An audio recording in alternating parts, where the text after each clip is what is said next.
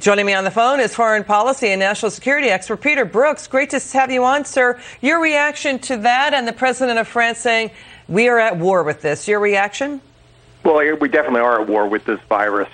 We have local solutions. Each country is going to have to do what they need to do to deal with it. Each country is different. They have different political systems, different cultures, different circumstances.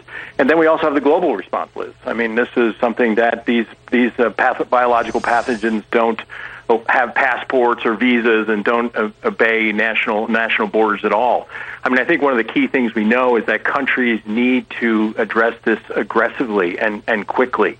The travel restrictions may be required. They've been successful for some countries. In fact, I think of Singapore, which it seems to have done very well. They implemented travel restrictions very quickly after the news out of Wuhan about this virus. Yeah, they didn't do a lockdown either. Singapore, Taiwan, no. South Korea did not do lockdowns. Go ahead.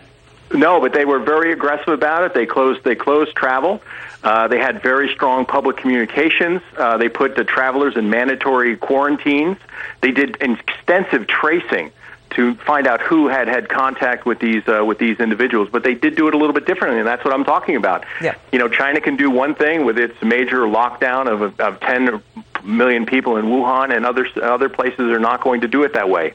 I'm not sure if it would work here in the United States, for instance. So there have to be local solutions to this as we face this global pandemic. Yeah, the leaders of the G7 countries now, just moments ago, saying yes, they were pledged to do whatever it takes to safeguard their economies. Lots of massive stimulus, money pouring into this from around the world. Also, just moments ago, just about an hour ago, the head of the European Union, news breaking, said a German company may have a vaccine now by autumn, possibly late summer. So a lot of money going into research to get that vaccines up and running. We know Regeneron, Inovio, and lots of Moderna, lots of companies here in the U.S., biotechs moving fast.